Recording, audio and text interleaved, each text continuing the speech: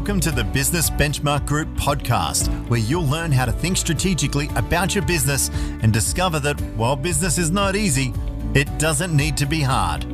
With over 20 years experience in turning stalling businesses into thriving enterprises, here is your host, Stefan Kazakis, the founder and CEO of Business Benchmark Group.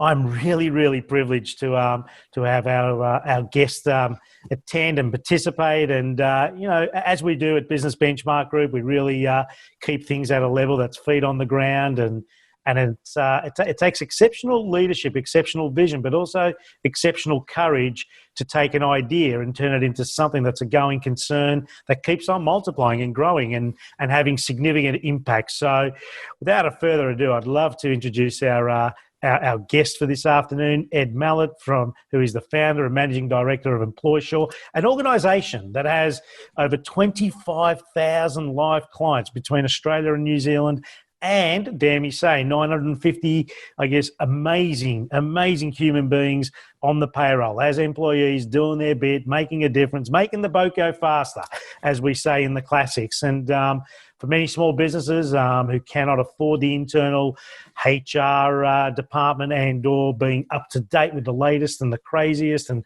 the most relevant information, and as it relates to legal information in relation to HR, and it's such an important part of having a successful business. As you know, at Business Benchmark Group, one of the key pillars to success is having an amazing team, but a team that belongs and keeps on coming with you. So Ed Mallett and Employsure have done a phenomenal job of making it really easy as they relate to their three pillars of strength: is the right advice at the right time at the right price. So without a further ado, welcome and good afternoon, Ed Mallett.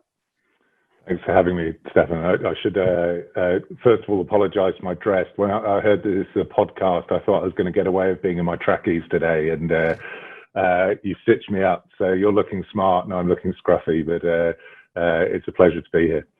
No, very good. And if I actually stand up, I'm like those TV hosts, mate, with a pair of really awkward-looking Mickey Mouse boxer shorts, mate. Okay. So you're doing okay. Please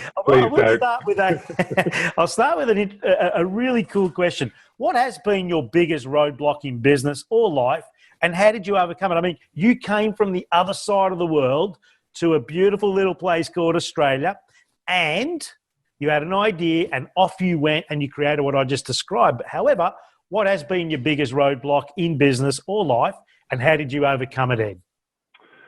Great question. I think that, funnily enough, for me, the roadblock in some ways was opportunity, in that I was lucky enough that my parents worked their butts off to get me a great education, that I always considered that I'd be a bit of a stuff-up if I then didn't make something of it. And that something of it, and where my horizon sat, was that I felt pretty destined to go into professional services, white collar jobs, if you like, and I became a barrister off the back of that. And that was the level of my horizon in a way. And that was, as odd as that might sound, to say that that's an obstacle. That was because that was my horizon. That's what I knew. I came from a background where that was kind of the mountain we were all trying to get to the top of.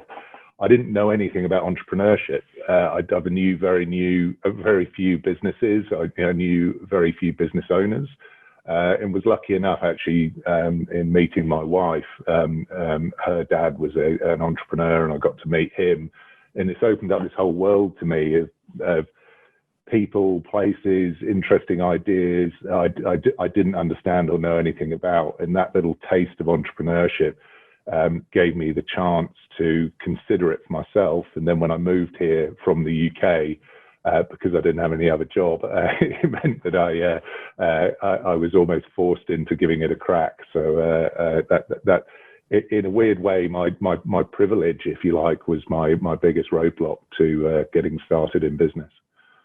Well done. And you use a word that is used in many places, in many different ways, entrepreneurship. And before we move on to the next question I have for you, what is your take in 20 words or less when you say and share the word, walk the walk of a word called entrepreneurship? What comes to mind when you say that? What's your interpretation of the word entrepreneurship? Not sure I love the word as a starting point. That'll give me a bit of a pause to think about that as well. I'm going to scatter a few words rather than a sentence there. There's a certain level of bravery would be a key word for me. Zeal, another key word. I don't know that you can be an entrepreneur without being zealous. Absolutely passionate about what you do, which is an extension of that. There are two other great words. I was just doing a performance review, actually, of my head of marketing here just now, and we were talking about two core words to entrepreneurship, and one is grit. I've always loved people with grit and that determination to get things done, not just business people, whether it's in your hobbies, your sport, whether you're a musician, whatever it is, that determination not to stop until you're finished. And then related to that, almost crossing over to that, is that word hustle, which outside of entrepreneurship, I think has some quite negative connotations. It feels a bit sort of street cornery, snake oil salesman-y. But if you do it in a way that combines with grit and the passion and the zeal that I just talked about, I think there's a really positive sense to that hustle. You will use your mind and your skill set to make sure that you achieve things, the journey that you set out on. So that was definitely not 20 words, but that's my best answer, Stefan. I love that. And you know, as I listen, I also embrace, and I think, you know, I mean, many people refer to me as someone that has white line fever. And I cannot remember one stage in life, even as a very young man, very young boy at school, you know, white line fever. If I put my hand up, I put my hand up and I want to be counted. I'm going all the way through. I'm pushing through, and the learnings that come with that are amazing. So entrepreneurship, with everything you just said there, is a beautiful, again, just message for many who will listen to this and say, wow, okay, there's a spin on that. I love that. Well, it's that sense of maybe ownership where you know within yourself, and I don't think it's about being cocky or arrogant or anything like that. You don't need to express this to anyone else, but just a belief that you will achieve, and if you set your mind to something, you will get there. And the entrepreneurs I meet tend to have that, and I'm lucky enough to meet a lot of small business owners through my role.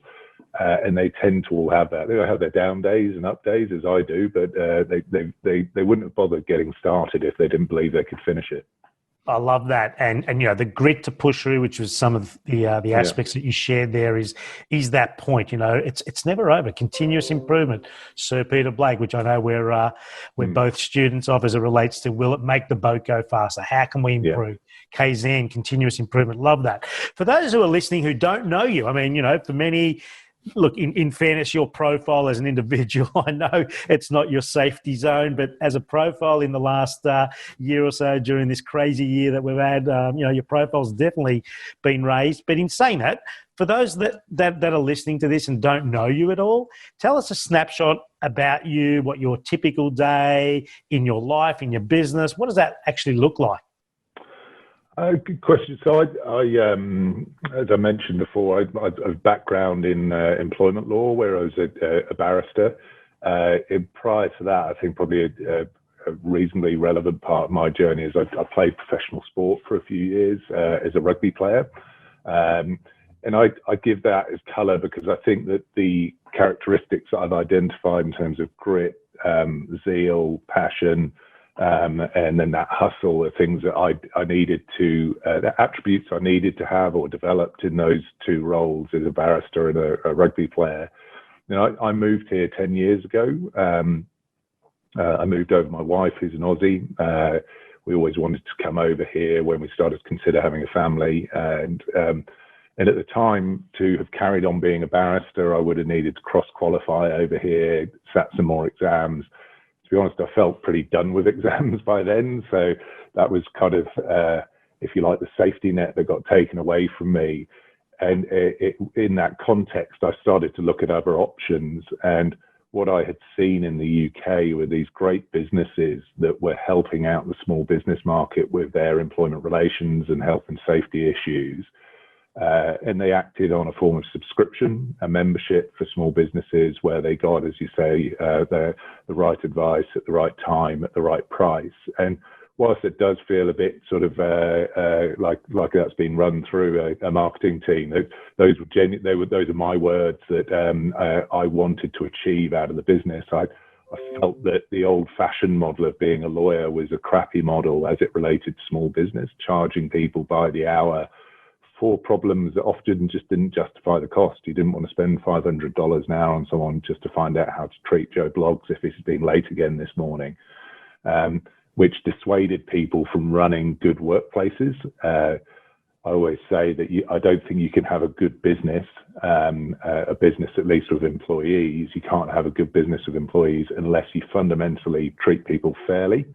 And by that, I mean you treat them with respect and dignity and so on. But at its most basic, if you, Stefan, are working for me, let's say, and you're turning up to work each day, the fundamental promise is that you're going to turn up to work and do a certain job. And in return, I'm going to give you money.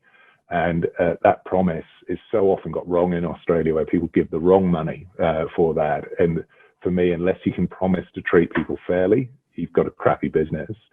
And the second element of that is you need to treat them safely. You need to know if you turn up to work that you're going to go home at the end of the day with your physical health intact. You're not going to lose any limbs or anything like that, but also your mental health intact, and that you're not going to get bullied or harassed in the workplace and have those stresses and so forth. So for me, that I find a lot of purpose in that and helping people understand how to build business in that way. I was lucky enough to have the technical expertise from my old role as a lawyer, and I saw this business opportunity that through businesses that were doing what I wanted to do in Australia, they were already doing in the UK. So that's the business Employsure that I set up 10 years ago. And we've been very fortunate to grow rapidly over that time. We've gone from just me to now, as you mentioned before, about 950 people across Australia and New Zealand. And we're fortunate enough to count, we're about 27,000 small business clients now. And these are real small businesses. I know often you'll speak to people and they'll say, oh, small businesses, 150 staff. We have clients with 150 and more staff, but the lion's share of our clients are hairdressers, cafes, childcare centres, businesses like that, a lot of construction businesses, the trades, who are just more often than not founded by people that were experts at what it is that they do, not experts at managing people, and we're trying to help them with that. And I love that. That's something I'm really passionate about. I love meeting the people and feeling like I can contribute to their story in some way. And just before rounding up on that, I sometimes get asked, what would be my dream job? And if I, park this for a moment, I love doing what I do here, but if I could do anything in life, I'd love to have been the guitarist for Coldplay. By the way, I don't know how to play the guitar. I'm not musical at all. But the reason I would love that is I feel like you're part of the band, but you're in the background. And I reckon that whoever the guitarist is, and I don't know his name. I know his name either.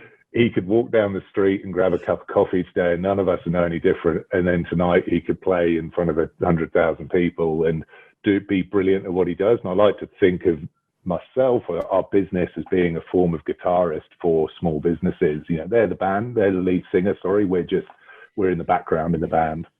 And while we're on this, you started 10 years ago, obviously an amazing vision, an amazing idea.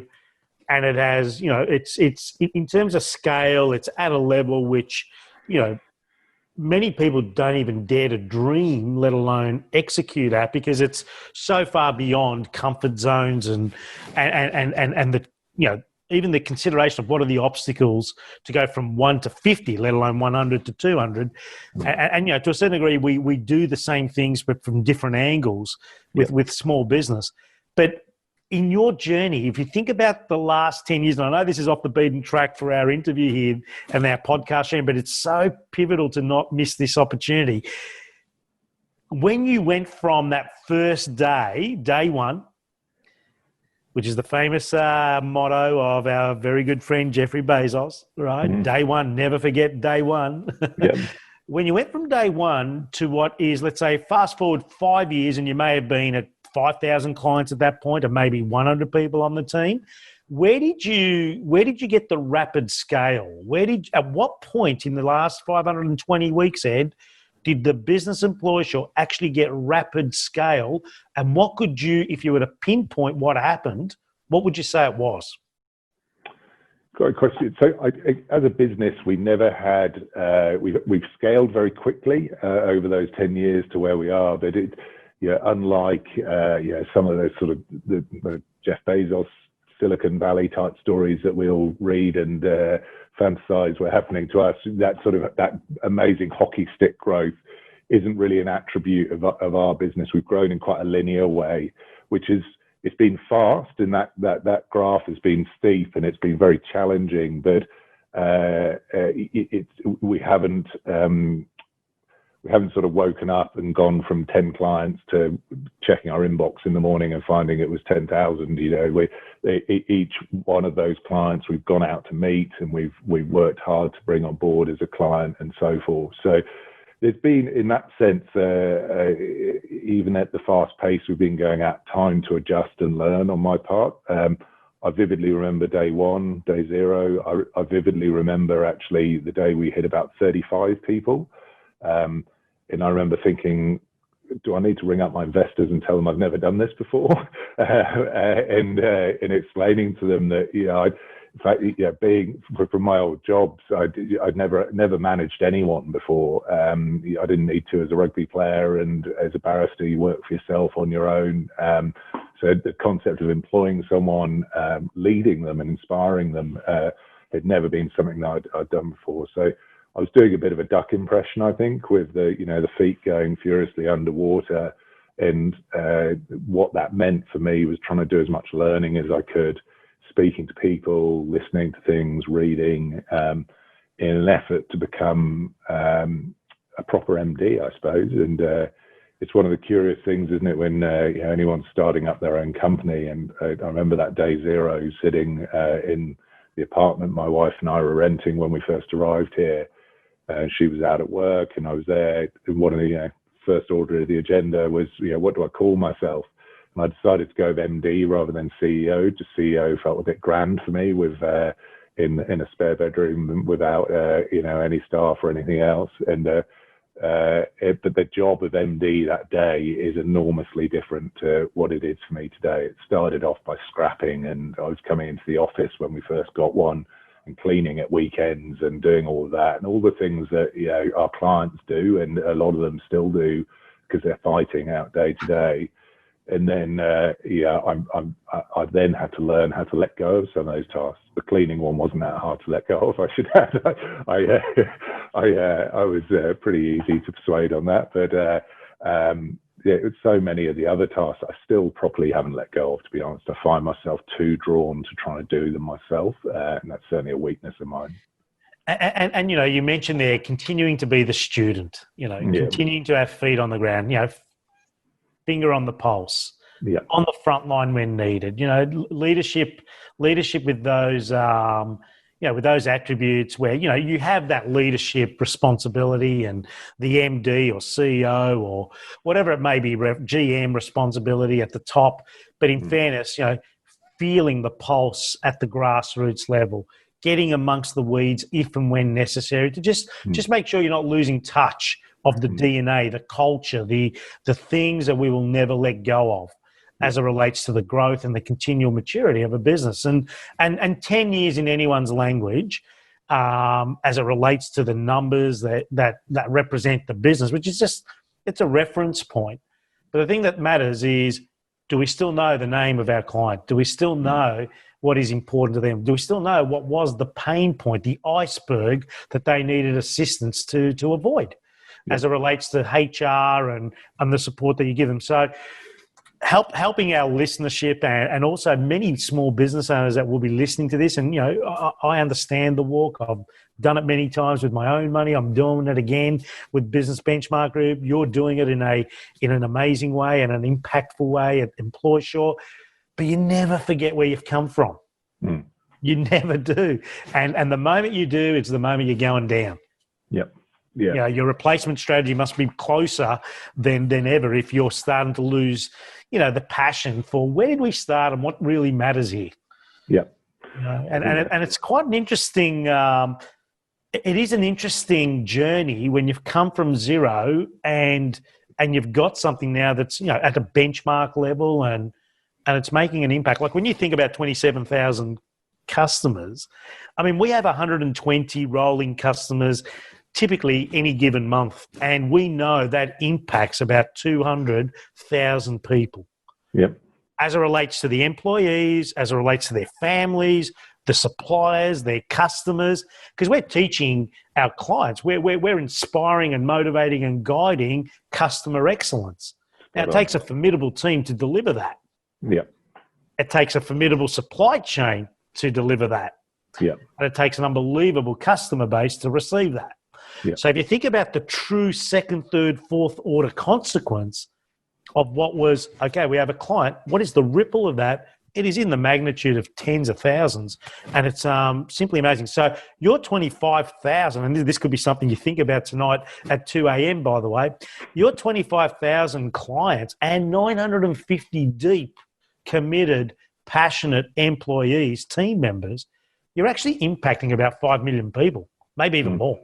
If you do that sum with a bit of, napkin methodology, you'll get to about 5 to 10 million people, in my opinion, which is unbelievable. It's interesting, and it's something we talk about here. We're quite clear, I believe. We're probably better off asking some of the 950 people than me, but in what the purpose of what we do is. Why are we here? We talk about it as being our cathedral, the thing that we're trying to build together. We all play a role in it, whether we're the guys laying bricks or we're putting the windows in. We're building a cathedral together here. And that cathedral for us is really quite simple. It'd be very similar to your own, Stefan, that we simply want to help build businesses. Now, beneath that is all of those people that you've just mentioned, and so much so that I remember actually talking to quite a senior member of a union, and he said to me something along the lines of, you guys help more employees than any union in this country. And I said, well, what do you mean? We act for employers. That's our thing. We act on that side, not for the employees. He said, no. You think about it, most employees are not unionized. I think only about 10% of the private workforce is. And what you're doing is going to those businesses that are not typically unionized. Let's say it's a mechanic in a suburb here in Sydney, Parramatta, let's say 5 employees, and one of the apprentice turns up late again for work, and the boss is a great mechanic but doesn't have much tolerance for people turning up late and has never read the Fair Work Act, fairly understandably, and he's fed up. He's probably had a bad night's sleep for some reason, and he just blows his lid and fires the guy. And next thing you know, the guy's been treated badly, the apprentice, and the boss has got a big legal liability.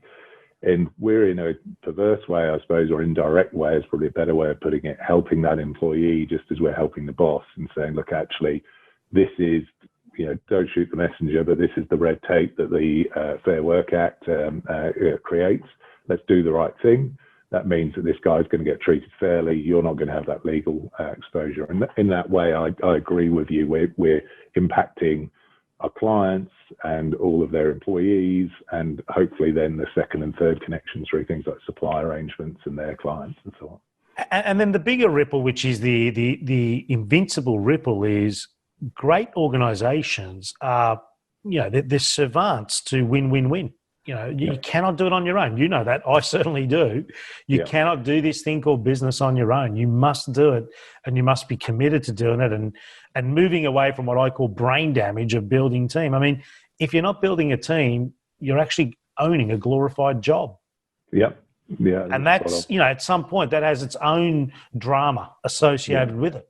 Yeah. So in putting your hand up for education, in putting your hand up for awareness, but also taking the personal development with that, ensures that you become more attractive, the people that work with you, they always have a chance to continuously be stepping up or ultimately being deselected and moving into other teams that don't have as much, I guess, rules of the game going on. But everybody wins. Yep. And that's what makes great businesses greater, or good businesses great, as we know. Yep. So really good. What prompted you to help navigate the COVID-19 crisis? And you still do have a phenomenal, I guess, voice of reason. But what prompted you to help navigate the COVID-19 crisis with the daily live streaming service on Facebook, where you are attracting up to 6,000 and beyond small business owners daily to listen to your brilliant morsels? It certainly wasn't an ambition to be on live streams every day. I think you alluded to it earlier. I'm pretty introverted by character, so I don't necessarily relish stuff like that. But what I recognised when the crisis arrived, once I woke up to it, to be honest, I certainly wasn't the first to the party in waking up to it. I was probably in a bit of denial for a period. And then when I realised that I needed to step up as a leader, there were probably two sides to the same coin.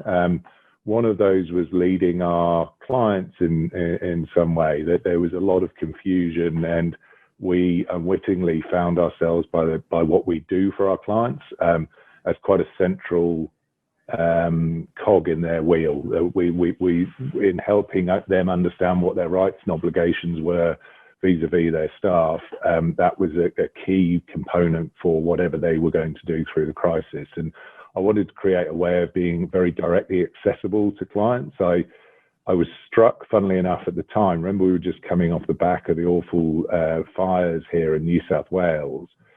And I was struck, and I think he's done a pretty good job since, to be honest, but the Prime Minister said something that I thought was terrible at the time when he was caught over in Hawaii on holiday, and someone criticised him for it, and he responded and said, "I don't hold the hose, mate," was his quote in response. And I thought to myself, you know what, I want to be the opposite type of leader to that, with due respect to him. I do want to hold the hose, and the hose for me wasn't going and putting a headset on and sitting in our team and advising day to day. A better way of doing it was going out through the live stream to as many small businesses as I could. So that was one side of the coin. The other side of the coin was related to our team, in that we've got 950 people. Suddenly we went from having 300 of them here in our Sydney office to we only had a core group of about 20 people coming into the Sydney office day to day. Everyone else was working from home. And then there were obviously people in locations that I just still can't get to today. And I wanted to show them that I was leaving no stone unturned, no rock unturned in my pursuit of achieving business success for Employsure through the crisis, so that they felt that they had a leader that was out there fighting every day, and that fight was going to be what would we hope deliver to preserving their jobs and helping our business to succeed. So those were the two reasons really. And we managed to trigger some sort of response from small businesses, which seems to have been relatively popular.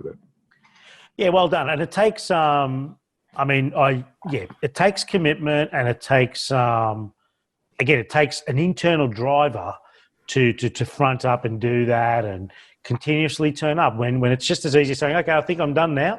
You know, I've done it for 2 weeks. I'm thinking I held the hose and it sort of shot water, but no, to do it for the length and you continue to front up and be, again, a spokesperson of reason as it relates to many small business owners who have had a very, very challenging and continue to have challenging times in every part of Australia and New Zealand.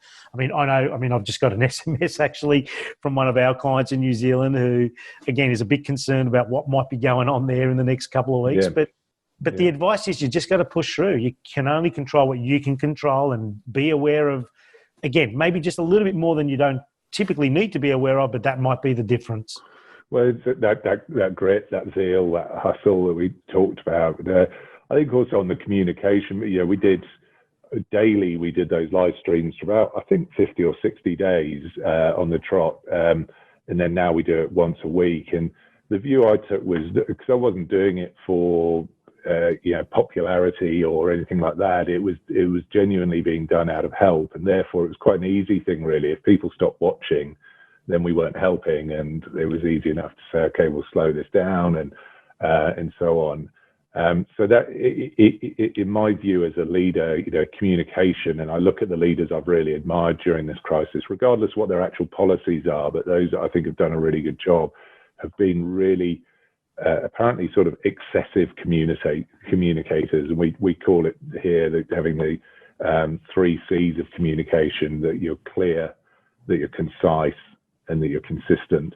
And I've just tried to emulate those, and by consistency is probably the most fundamental of those 3, and that you're there and you're regular for your people, and they can rely on you to appear at a certain time each day or each week, or whatever the frequency that you decide to do it. And that was a key part for me.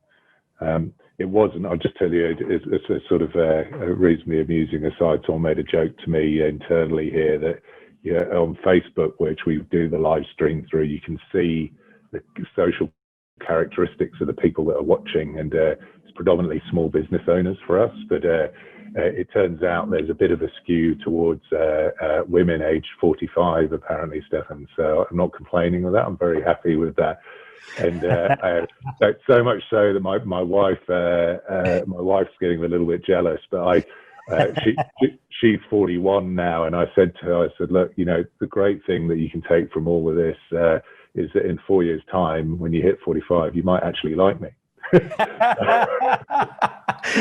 and just as a side note on that, I mean, my mother was a phenomenal woman in business, and we've had we've had some amazing women in business that go on an unbelievable journey. So much so that 43% of our clients are females that are just leading exceptional businesses. So absolutely, I think there might be more to it than 45-year-olds tuning in, Ed. Sorry. You think it's just statistically more? Has every reason to be concerned, but she has a lot of reason to be knowing she's got the right man in her arms, mate. Yeah, I'm probably overinflating my own tires there. I take any compliments where I can get them, to be honest with you. What are you most proud of in your life? I mean, you played sport at an elite level. You went to a very prestigious, as it relates to the name, and obviously you still need to do the work as it relates to the university. Cambridge was where you did your training. You ended up commencing a barrister business, and here you are in Australia, and the show goes on. You got children. You're getting a brand new Labrador today. There's a lot of things to be proud of, mate. But in saying that, what are you most proud of in your life, and what would you say is your number one legacy at this very young and raw age of mid-40s? Yeah, great question. It's pretty hard to look beyond family on that, isn't it? I think that I always think of, when I talked earlier about Employsure always working to its purpose, why Employsure exists. Now, behind that is 950 people with individual purposes, and including myself. And I've recognised with time that I think if you'd asked me this question when I was setting out on the Employsure journey, I'd probably been a bit more, and being transparent with you, I'd have been a bit more sort of financially motivated probably at that time in my life. I thought I was leaving being a lawyer to become a business person, because business people could be greatly successful financially in ways that, don't get me wrong, lawyers do pretty bloody well for themselves, but it was a different layer of potential, I suppose. I look back on that now almost shivering a bit and think that's not really, as I've matured a bit, that's not really what I'm about. I've realized that the greatest satisfaction I have in life is when I get to help people, which is why I've enjoyed doing the live stream. I enjoy responding to any clients that come through to me directly and chatting to them. Just that sense of help. And even one of the odd things about being an employment lawyer is that probably as much, if not more than any other branch of law, you'll have friends ringing you for freebies all the time. I've always got mates in some sort of challenge or other in their own jobs. And I love helping people on that. I'll immerse myself in that. And that then connects to my family life, which is that I like to feel that in some way I'm helping there as well, whether it's helping bring my kids up, helping support my wife. She works. She's a lawyer actually as well, and she's a partner in a law firm, and helping support her. And given that she's not here to be able to challenge whether that's true or not, I'll claim that it is. But I like to think I do, even if I don't. So it's that word. I love the word help, and I've realised with time that sits, at the centre of everything I want to do and try to do in my life, and all the other spider's legs that come off that should stay connected to that body of purpose. Beautiful, and yeah, well done. And you're certainly the reference to the spider there's got me thinking too. That's pretty good. If you could go back to tell your 17-year-old self 3 things, Ed, what would they be? You know what? I find it really hard. I think this is probably common to a lot of business people, that I find it really hard to look back at my 17-year-old self, or even, to be honest, my 35-year-old, 40-year-old self. I think I've made so many mistakes, and without them, I wouldn't have got to where I am. So I think going back and trying to remedy them before they occur wouldn't be a very sensible thing to do. I feel like I've been, unlike mates that I've got, I don't think I've ever had a day in my career, whichever job it's been doing, that I've found any sort of despondency in doing it and being totally disconnected from purpose. So you just feel like you're slaving away on something. I've always enjoyed my work, so I've been very lucky in that sense. So look, I don't want to say I haven't lived a flawless life by any stretch, and I've had plenty of ups and downs, and losing close members of families and all the other things that we all go through. But I think that those are all scars that you build up on the way through. I think that scar tissue is important, so I'm not sure I'd go back and say change much, to be honest. So the continual learnings, there is no two ways about it. You have a forward momentum, thought process which befits where you are today, and the journey to get here, which has never been perfect, but it's been progressive. Yep. And what we might be able to tell ourselves, whether we were 17, 35 or 40, is a learning that has added to the makeup of where we are and the body that connects all the spider legs, mate. So. No, exactly, yeah. I do, mate, as a 17-year-old, I got caught with a bottle of grog at school and got in trouble for that. I'd probably I'd tell myself to have taken a different path home that didn't run straight into a teacher would probably be the first thing I'd say. There you go. If you could remove all barriers and constraints, what project would you do and why? I would love to know how to get from our current stage of building our cathedral to our ultimate vision, and that we talk internally here that whenever you go to a big city anywhere around the world and you look up at the skyline, you see normally a handful of brands that are pretty familiar, your PwCs, KPMGs, the big four as they're called. And I think what they all have in common, funnily enough, is that none of us really know what they do. You might, Stefan, in your experience and so on, but what I use some of them. That I find that they're kind of problem solvers for big business. And what I would love to do is create a business that would be sitting up amongst those skyscrapers that is really just known as a helping or problem-solving entity for small business. I'd love to dedicate the rest of my professional life to helping small business in any way, and not just limited to what we do at the moment. It would be to smash through that barrier and say, look, fundamentally what I think we're really good at is helping. The subject matter happens to be employment relations, but if you and I sat down and said, right, let's list the 10 biggest pain points we've had in setting up our own businesses, I reckon we could probably then say, okay, let's go and set up a business doing those 10 things for other small businesses, because we'll all have suffered the same pain points. So I'd love to do that, and that would be the way that I'd really like to crack through our own glass ceiling. I love that. My God, that moves me. When you say that, that moves me my team are going to really get concerned when I just say I just got moved. Yeah. It relates to what you just said. every city, and it ain't about big. It's about impact. Yeah. It's about impact. It's about, small business is very different to middle and or big business. It's very different. Same, but it's different. You got people on the front line who are taking arrows in the chest. They're copping bullets in the brain. They're on the front line, and it's unique, and it's different, and it has its own set of code as it relates to success. That moved me, man. Beautiful. Love that. Yeah. What's the biggest surprise you've had in business or life, and why? The biggest surprise I've had in business, and why? So in business, I think, I look at the term surprise. We use it internally, probably in a negative way. So I'll answer it in there. We talk about internally one of the behaviors that we expect of people here is we say no surprises, which normally means, people breaking their promise to you in some way or other.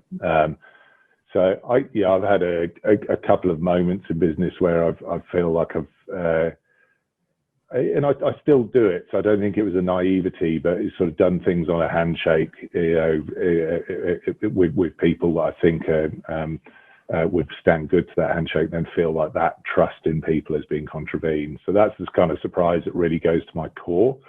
And the reason it does we have as a value here that honesty, and you might say, everyone has bloody honesty as one of their values, but the other thing that you get to choose when you're setting up your own business, not only your own job title, as I mentioned earlier, but also you get to choose the values at the start. And I went ahead and said, look, if there's one value that I think defines me, and I absolutely, I've never been a shouter or a ranter and a raver, but if anyone ever really wanted to test me out, it would be by being dishonest to me. Yeah, and I hold that value so true to myself that I feel the need for the business to live it as well. So my biggest disappointments in life always come back to that someone's failed to be honest with me in some way or other. No surprises. I was interviewing a couple of brothers yesterday who recently sold, when I say recently, in the last year and a bit, they sold their business, which was a family-owned, privately held business, for $130 million. Wow. That's a great and a phenomenal story in its own right. And as a response to a similar question in our meeting yesterday, they said, no surprises. Yeah. No surprises. And never mess with the business. Yeah. Never mess with the business. Be very careful about, selling the farm too early. Being really clear about, okay, what is our next level of 1% improvement? Where's that coming from? How we're bringing the team along. So no surprises is something that resonates with me in a big way. Do you have any secret routines that help you stay productive, Ed? I mean, you're at the top of a very, formidable tree here. Do you have any secret routines that help you stay productive, help you stay focused, committed? Yeah.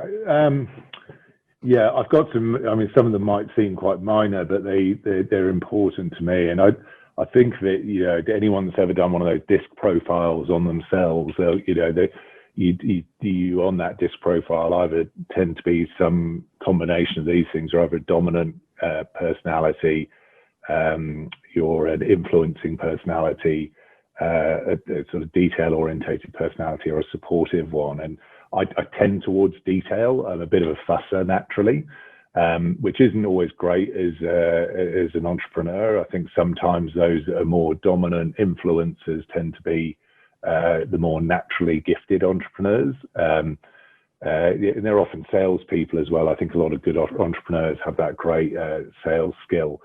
So I have to consistently get over to that side of things for myself, like doing that live stream, for example.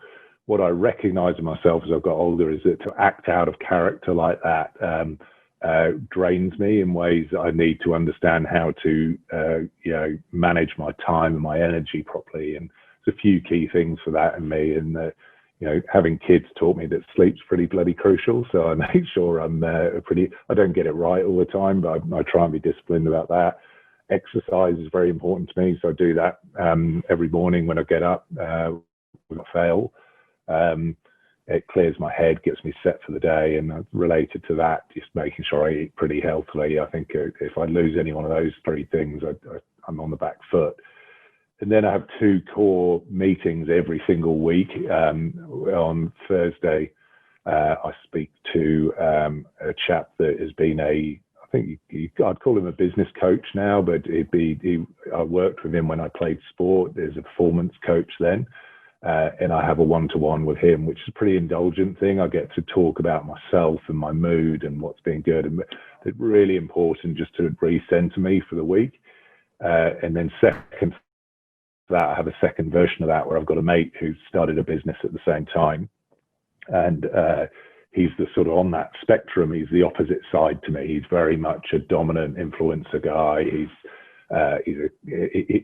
biggest problem is the detail orientation, in that he picks things up and puts them down, moves on to the next thing quickly. And so I hope what I do is pull him back towards detail a bit and get him to finish off things he started, and vice versa. He tends to get me to sweat in the detail a bit less. And I'll often turn up. I meet him at 6 a.m. for a walk once a week, and I'll turn up full of some steam coming out my ears about something, and by the end of the walk, I've realised it's totally inconsequential.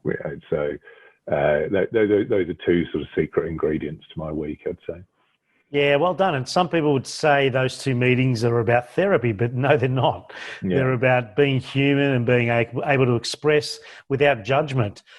Just for your information, you may already know that the most successful profile, not to say any other profile's not, is the adapted combination between D and C.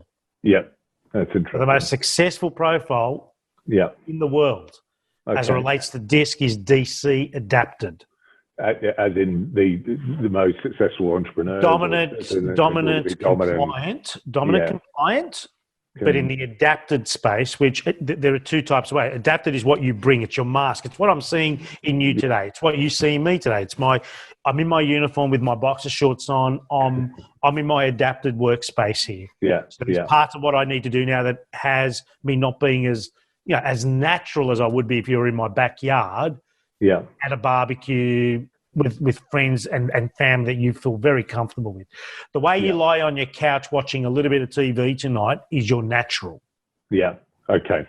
Understood. Yeah. The way you turn up here, whether it's with a tracksuit or not, doesn't matter, is you're adapted, because there's a persona. There is the professional, which is called the adapted. So the most successful profiles in the world are DCs. Okay. So you're on what many would regard on the right side of the ledger. Oh, good. Good. That's good to hear. There's plenty of people that are ISs or SCs that are also, you can't label it, but as an indicator, the most successful profiles are DCs. So that's good to hear. Bringing the balance of sweating the small stuff to a healthy level, slowing down. We're doing this as well. Of course, so we're going to do this as well. Let's do that one as well. The Ds back into a healthy level. Hang on, let me think about this a little more. Very, very important. I know for me, as I'm getting older, I'm moving more and more into a DS profile. Interesting. Which is quite hard because they're the opposite sides of the spectrum, aren't they, in many ways? I am becoming the classic flatliner. Yeah. So you adapt and mirror and match, and you can be in any situation and breathe easily, you know what I mean? Yeah. So nothing needs to be in a hurry. Yeah. You just need to be clear. Yeah. What's been your biggest failure in the last year, and why do you think that happened? In the last year, what's been my biggest failure? So what I've been trying to do is is breed a form of succession into the business, not because I'm going anywhere, but just because I think that's the right thing to do, and also to empower my team to do more and more themselves. And it's a consistent failure for me that I will let the rope out slightly on that, and then I'll yank it back when I don't think things are going as quickly or in the right direction that I want them to. And so it's my failure to actually achieve, and maybe I have incrementally achieved a bit more. Maybe if I was able to time travel back a year ago, and I'd find that I was actually I was pulling in people in tighter than I am today. But It's a journey that I'm on, and perhaps I want it to happen more quickly than I'm achieving it. There's no criticism of my team, by the way. It's a criticism of me, in that the biggest problem in that equation is me not being able to let go of things rather than them not being able to step up. So. Yeah, nice. And you wouldn't be solo on that. And it's very easy to reflect, hence why the question is where it is, on what could I have done differently in the last 12 months, which is not necessarily just a failure. It's just, okay, how am I learning from that? Yeah. Which is all about trust, in my opinion. How do you learn to trust yourself a little bit more? Yeah. And that's always a journey that's never complete. What makes you feel inspired or like your best self? So I've recognised with time that we'll all have had this during various periods of running a business where you feel so bloody exhausted that I used to joke with a mate of mine who works he's an investment guy, and he'd say, he'd start asking questions about how the business was growing and so on. I'd say, look, mate, you can have it if you pay me the price of the taxi to get home. I'm so knackered. I just want to go have a good rest. And that, I feel like we can all feel like that quite a lot of the time, actually. And what I've realized, actually, the solution to that is not a holiday. It's not another hour of sleep at night. It's not even the planks that I've explained. The solution is just reconnecting to purpose all the time. So again, using that live stream thing as an example, that just helped me stay really tight to purpose during a really challenging time. So instead of actually in a really heavy period of work during the crisis, you end up working harder, but you feel more happier, energetic, and so on, because you're much more tightly connected to your purpose. Love that. If you could have a dinner party with just 3 people, dead or alive, who would they be, and why do you choose them? I'd invite my mum along, which is a bit, I live all the way over here, so I only get to see her very rarely, and she's pretty front of mind at the moment in the midst of this crisis, of feeling a bit isolated from family in that respect. So she'd be a good representative of that. She'd tell me to keep my manners good as well, so would keep me in check at this dinner party. And then leaders that inspire me would be the next category of people. People I feel like I can learn from and apply things to in my own life, rather than just stars, because I'd be starstruck by them. So I think, and it's got nothing to do with policy, it's to do with the way they carry themselves. Every time still when I listen to Obama speak, he sends shivers up my spine, and if I could have a dose of those oratory skills, like his ability to lead because of that oratory is just remarkable. So it's not so much the substance even of what he says that I'd be interested in, it's just his ability to storytell and connect people to story in that way. So my mum, Obama, and then let's go for a sporting leader that I'd like to spend some time with. There's a great TV show that I'd recommend anyone to watch at the moment. That's on Amazon Prime. It's called All or Nothing. And if you're half into sport, it's a fly-on-the-wall documentary with a different sports team each series. And they do NFL, English soccer, and so on. And they went on fly on the wall with Manchester City, an English soccer team, and the leader there, co-manager there's a guy called Pep Guardiola, who just in the series came across as just a brilliant leader of people and had such an amazing level of humanity of his players that I'd love to pick his brains a bit as well. He seems like quite a character as well in the series. I read an article on Pep about 2 years ago that just blew me away. Yeah. As to the depth of just understanding people. And, leadership is not just about, he who is the strongest, she who is the strongest. Yeah. Leadership is about growing people. Yeah. Leadership is about empowerment. It's about being okay with vulnerability and truthfulness. And it's just, he does come across. Obviously, he's got amazing success to prove it as well in recent years, but his ability to just move people to levels they have never been before is spot on. Really, and it seems to an outsider, for me, looking at those teams, you assume that these guys are all ultra talented, hugely well paid. How hard can it be to lead them?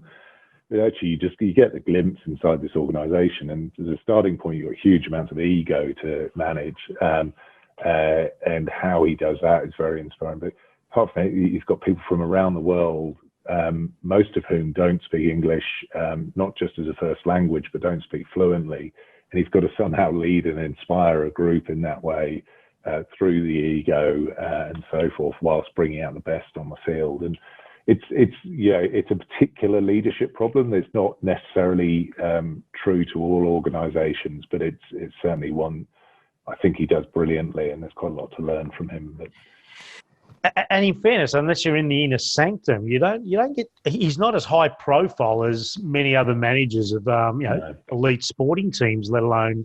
And it just sort of struck me as a surprise when I was reading this article, and I couldn't let it go because it was like, wow, there's so much gold in that. So, just an unannounced question for you: 2 books that you could recommend on business and/or personal development. What would they be? 2 books, and it's okay if you only give me one. I know I've put you off guard on this one. No, I'm happy to. I run the risk of giving you the 2 most recent ones rather than the 2 most powerful ones. I mean, I'll try and dust off the memory bank slightly. You've probably been given these before, but that's okay. The Hard Thing About Hard Things, a great entrepreneur's book. I love that one. It's by Ben Horowitz, isn't it? It just sort of takes the shine off. I think you can sometimes listen to entrepreneurial stories, as I do, and sometimes you hear the people say things through such starry, rose-tinted lenses that you think you must be doing something wrong because you don't necessarily feel that way about everything in your own business. And I think it's hard to remember sometimes that, these stories come from the other side, like the 2 brothers you mentioned. They've sold out, and therefore, memory has a funny thing. It does a funny thing and just tends to help you remember just the good times. And this book really brings out the grit in entrepreneurship, and so therefore I really love that. And then the other, we mentioned it earlier, and if it's been mentioned before, it's because it's that good that I think you can barely do business or leadership without reading it, which is Good to Great with Jim Collins. So it's just such an important text for me, at least, in the way I want to lead, in the way I want to and hope to inspire people here. It taught me a lot, as well as the concept of how to bring the best out of your organisation. So. And something we really brought to life at Business Benchmark Group as it relates to that book and the Jim Collins journey, the Stockdale paradox, which is just, if there's ever been a year where the Stockdale paradox has been needed and it needs to be, taught to every child and everyone running a business, let alone living life, no matter how bad things are, there's always going to be a silver lining. You're always going to see the upside for, whatever is deemed to be just not appropriate right now. So the Stockdale paradox, which is, a befitting component of the good to great legend of Jim Collins. For us at Business Benchmark, we really raised the awareness for our clients and our community with that earlier this year. Yeah. If I can help you unwind 3 financial decisions in your life, and we're nearly there, if I can help you unwind 3 financial decisions in your life, how much more money would you have right now? You know what? Where I'm crappy with financial decisions, and I wonder if this is common to these are personal ones rather than Employsure ones, but as an investor in things, I'm a sort of perfect contraindicator. So if I buy a house, go and sell yours quickly, like the market's just peaked. I suspect a lot of small business owners are like this, where your assets end up just totally tied up, as mine are in Employsure.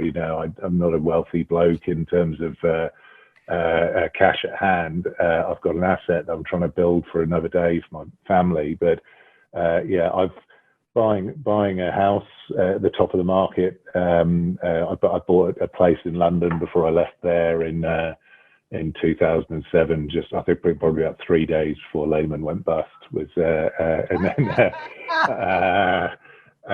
then I invested in a mate's business. Did a classic thing there that I wouldn't unwind it, to be honest, because like I said, I don't think any of these. I wouldn't be any wealthier today, really. I just and I'm pleased I did it. I'm pleased I tried to support that mate. I didn't cause a problem, fortunately, of our relationship. But and then I've never touched stocks or shares. I'd say the one thing I didn't do that I wish I had. I was lucky enough to meet a chap called Nick Molnar, who's you might have heard of as the guy that founded Afterpay.